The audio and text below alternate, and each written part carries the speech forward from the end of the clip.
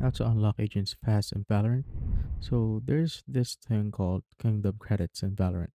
If you click on this icon here on the top, so as you can see, the Kingdom Credits are in-game earned currency. So earn Kingdom Credits by playing games and from daily purchase agent gear, accessories, and recruit agents. So Kingdom Credits are limited to 10,000. So if you want to unlock agents fast, you just simply need to earn these Kingdom Credits. After you earn some, go to agents. Now just simply pick the agent that you want to unlock.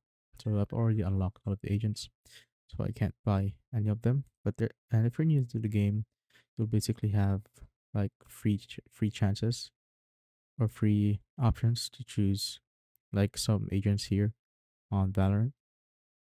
You could also use these Kingdom credits to unlock gears from the players. Let's say I'm gonna view Jet's gear right here.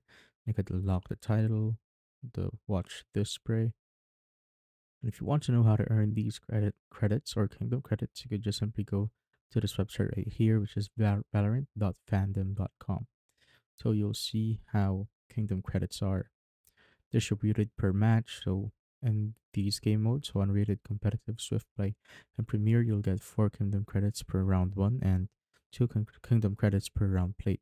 And for deathmatch, spike rush, team deathmatch, and escalation, you'll get 20 per match completed. And for deathmatch and escalation, you'll get 15. So there's also these feature called checkpoints where you earn 150 Kingdom credits for each checkpoint completed. So there's up to 4 checkpoints per day.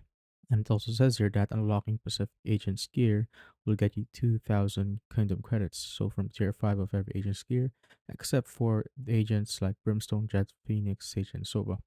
So let's say I'm gonna view Chamber's gear right here. So at the tier 5, you'll get 2,000 free Kingdom credits. And you could use this to unlock other agents.